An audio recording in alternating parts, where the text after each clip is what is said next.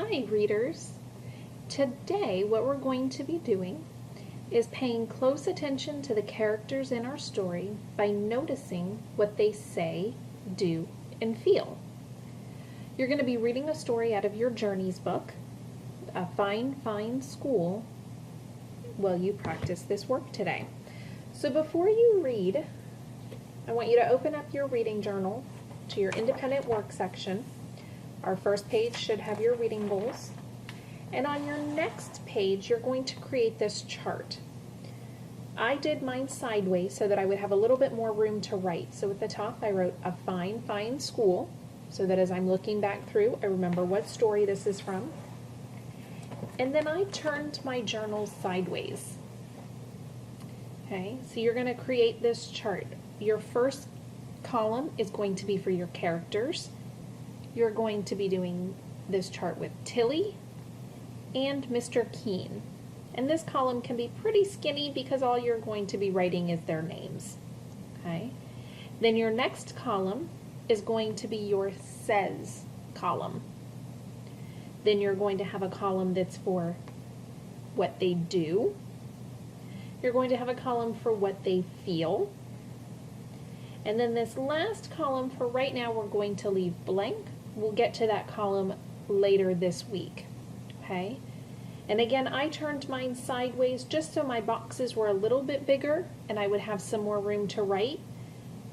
I was afraid that if I did my boxes this way, my boxes would be really, really skinny and I wouldn't have a lot of writing room.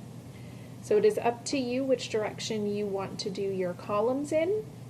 So go ahead and pause the video, make your chart just like this one in your reading journal, and then go ahead and play the video when you are finished. Okay, so I have switched over to my Journeys book, and on page 15 is where you will find the story, A Fine, Fine School. Hopefully you have already read it through once all the way, just so your mind is ready and knows what the story is about. So now you'll be able to go back through and focus more on Tilly and Mr. Keen and the things that they are saying and doing and feeling. Okay, so I'm going to model this for you on the first couple pages of the story, and then you are going to complete it with your learning coach. Okay, so we have A Fine, Fine School by Sharon Creech, and pictures are by Harry Bliss. Mr. Keen was a principal who loved his school. Every morning he strolled down the hallway and saw the children in their classes. He saw them learning shapes and colors and numbers and letters. He saw them reading and writing and drawing and painting. He saw them making dinosaurs and forts and pyramids. "Oh," he would say, "aren't these fine children?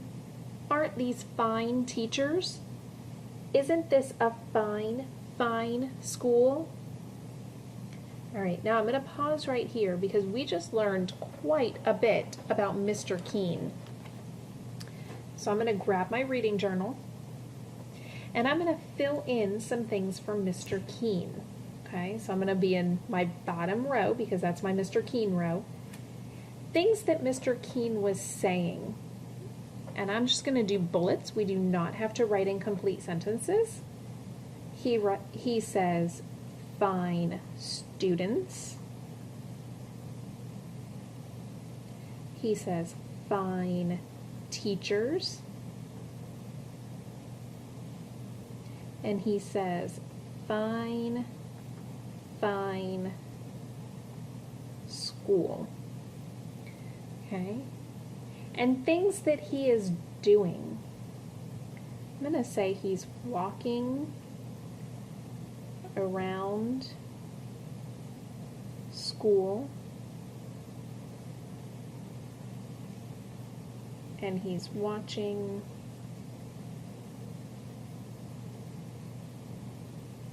classrooms.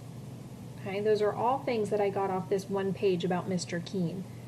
So now I need to think, how does Mr. Keen feel right now? Well, I think he's pretty happy with what he sees. Okay? All right. So now I'm going to return back to my story.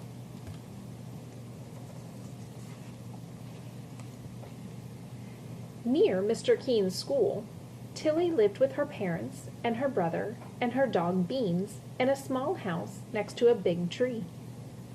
On Mondays and Tuesdays and Wednesdays and Thursdays and Fridays, Tilly went off to school.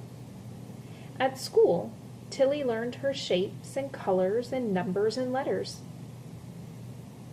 Sometimes, when she saw Mr. Keen standing in the hallway, he waved. "Aren't these fine children?" he said to himself.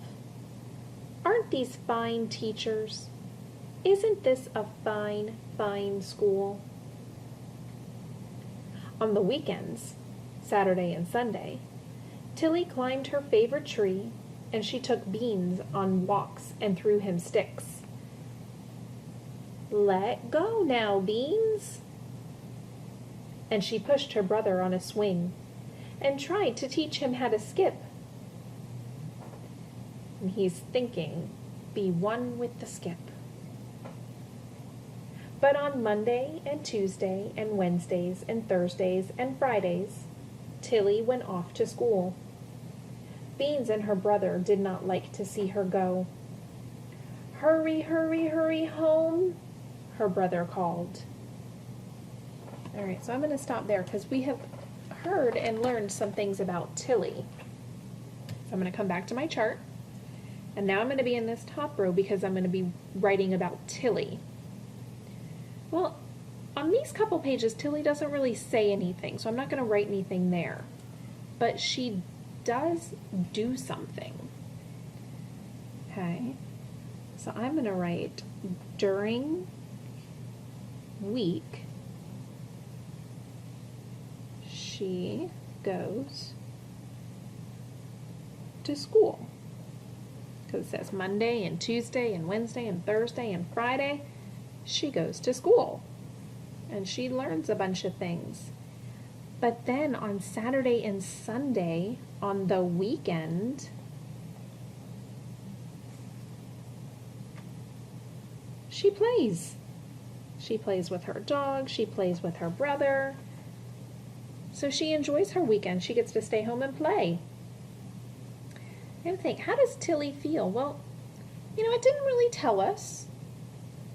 So we got to do a little inferring. We got to kind of think. It didn't tell us she was unhappy. It didn't tell us she didn't like to go to school. But I can see here she's got a smile on her face. And over here it seems like she's really enjoying what she's doing on the weekends with her dog and her brother. So I'm going to say that she feels happy. Okay? I think she likes going to school. And she definitely likes playing on the weekends. Okay, so not only can we use the words on the page to help us figure out how our characters are feeling, but we can also use the pictures. Okay, and looking at our characters' faces sometimes helps us do that.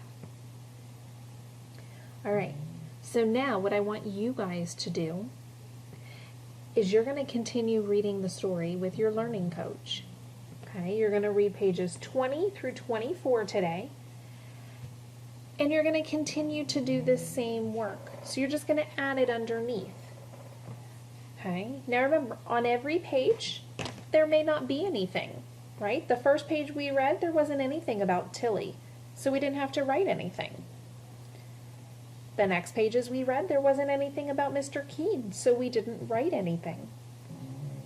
And there wasn't anything that Tilly said. So we left that one blank for that moment. So just add to your list underneath of new things that they are saying and doing. And then you can add more feelings because their feelings may change as the story goes on. All right. Happy reading.